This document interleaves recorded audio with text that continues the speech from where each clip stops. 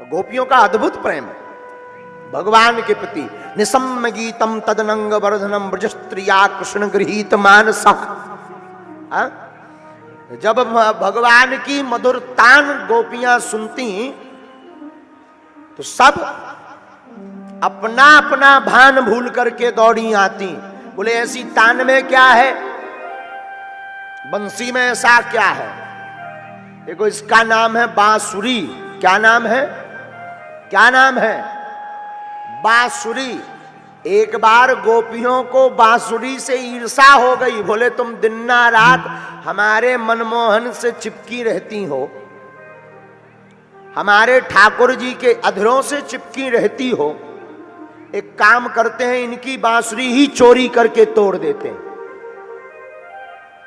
ना रहे बीन ना बजे बांसुरी, ना रहेगी ना बजेगी।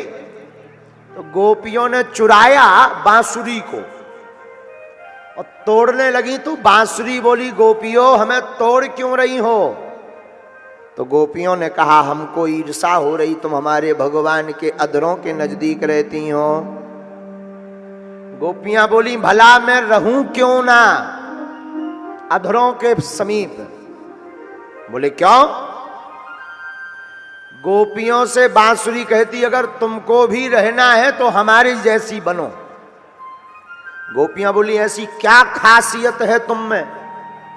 बोले पहली खासियत तो यह है कि मैं इस पार से उस पार तक एकदम खोखली हूं, मुझ में कुछ नहीं है। मानो बांसुरी कहना चाहती हो कि अगर जीवात्मा को भगवान के नजदीक रहना है तो मन के जितने भी विकार हैं वो खोखले कर दो तो आप भगवान के नजदीक पहुंच जाओगे। अब बोले दूसरा क्या गुण है बांसुरी में? बोले दूसरा गुण है कि मुझ में छिद्र ही छिद्र है। बोले ये छिद्र किसका प्रतीक है? तो एक साधु बोले भैया ये छिद्र जो है सो मानो बांसुरी कहना चाहती हो ये सभी छिद्र भगवान की भक्ति के यह षष्ठ रूप हैं। अब बोले सुर क्यों निकलता है?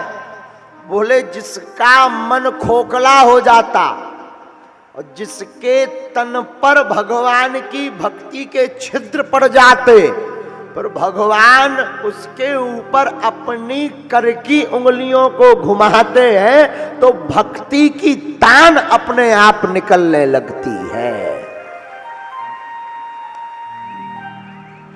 इसीलिए बांसुरी भगवान के नजदीक है अधरों के। अधरों का मतलब होष्ठ, होठ, अधरामृत। तो भगवान का अधरामृत पान बांसुरी कर रही। बोले क्यों?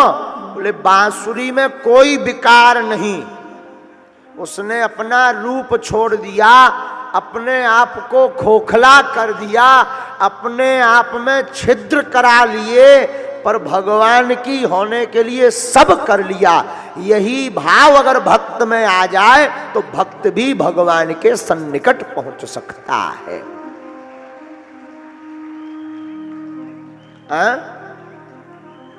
तो गोपियां भगवान के पास पहुंची। भगवान स्वागतम वो महाभागा प्रियम किम करवाणि वह ब्रजस्यानामयं कश्चित् ब्रूतागमन कारणम। आओ गोपियों स्वागत है आपका, कैसे आना हुआ? तो गोपियां बोली धन्य है, पहले बांसुरी बजाकर बुलाते हो पर कोई आ जाए तो पूछते हो क्यों आना हुआ। ये तो वही वाली बात हो गई कि एक बार एक सज्जन ने एक व्यक्ति का निमंत्रण किया, निमंत्रण किया तो 2 दिन तो कहता रहा परसों आ जाना निमंत्रण है, परसों आ जाना निमंत्रण है, कल आ जाना निमंत्रण है। लेकिन जब व्यक्ति कल पहुंचा निमंत्रण पाने के लिए तो दरवाजा खोलते ही पूछा क्यों आए हो? बताओ उस पर क्या बीती होगी? बोलो सीताराम। उसी प्रकार गोपियां कहती हैं कि पहले तो आप टेलीफोन लगाते हो, बांसुरी बजाते हो, और कोई आ जाए तो पूछते हो क्यों आए हो। गोपियां कहती कुछ नहीं बोली, मौन हो गई, मुस्कुराने लगी। भगवान कहते स्वागतम वो महाभागा, स्वागत है गोपियों, आओ आओ आओ आओ आओ। प्रियम किम करवाणी वा, क्यों आई हो? अच्छा अच्छा अच्छा, भगवान ही उत्तर दे रहे। अच्छा अच्छा, ब्रजस्यानामयम, शायद आज पूर्णमासी है तो पूर्णमासी में पूर्णमासी का चंद्रमा देखने आई हो। हाँ हाँ ठीक है ठीक है ठीक है, हाँ आना चाहिए, कोई दिक्कत नहीं। लेकिन सुनो, दृष्टम वनम कुसुमतम राकेश कर रंजितम, अगर तुमने देख लिया हो, चांदनी चांद देख ली हो तो वापस लौट जाओ। गोपियां बोली क्यों? भगवान बोले गोपियों, स्त्रियों को वन में अकेला नहीं घूमना चाहिए, इसलिए वापस लौट जाओ। गोपियां बोली धन्य है आप और आपकी लीला। भगवान फिर बोले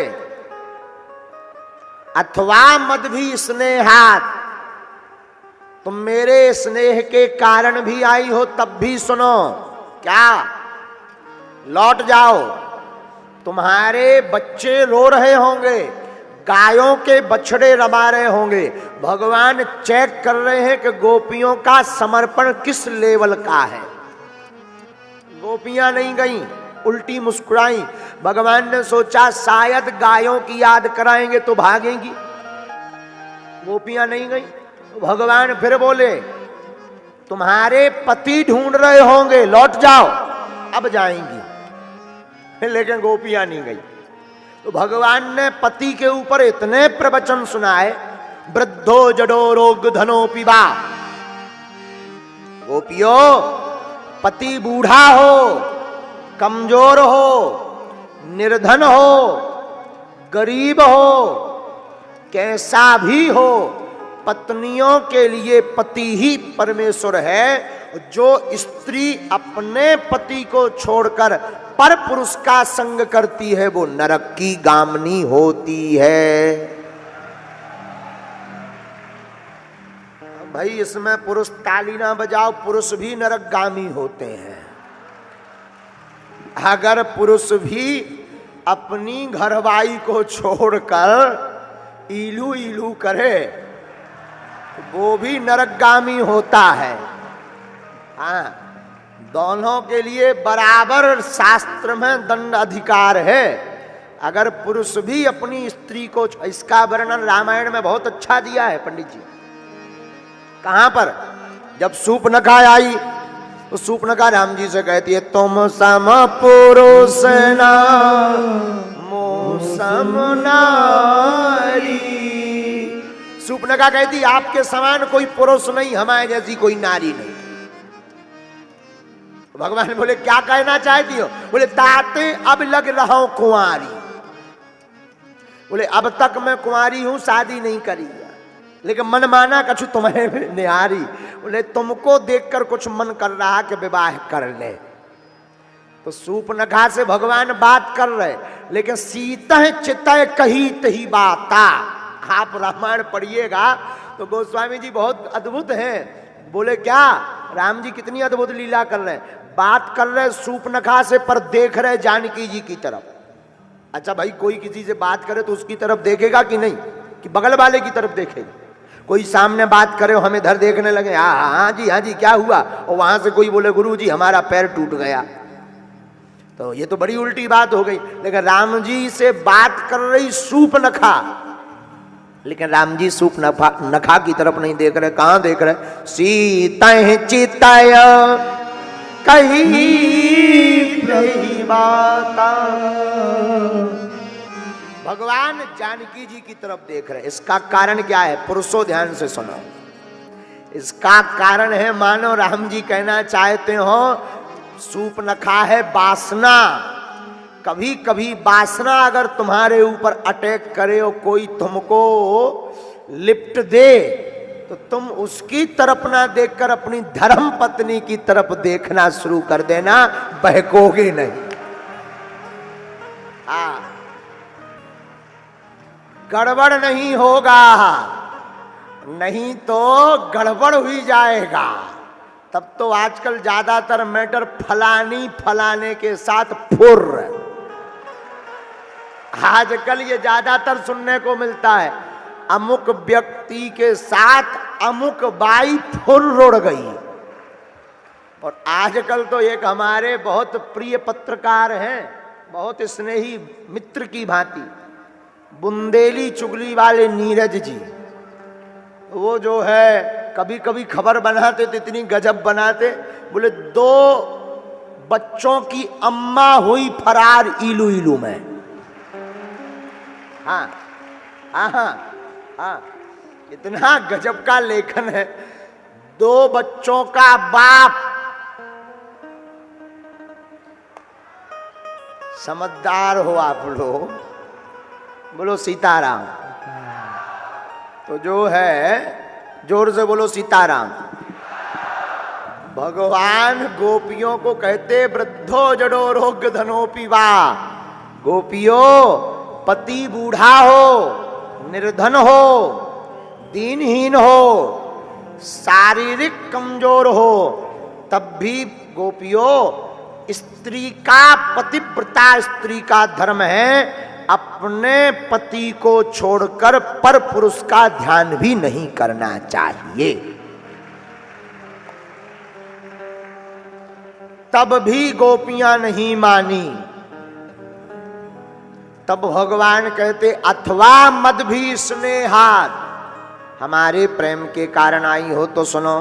श्रवणात् दर्शनात् ध्यानामयी भावोनु कीर्तनात् ना तथा सन्निकर्षेण प्रतीयात् ततो ग्रहाना।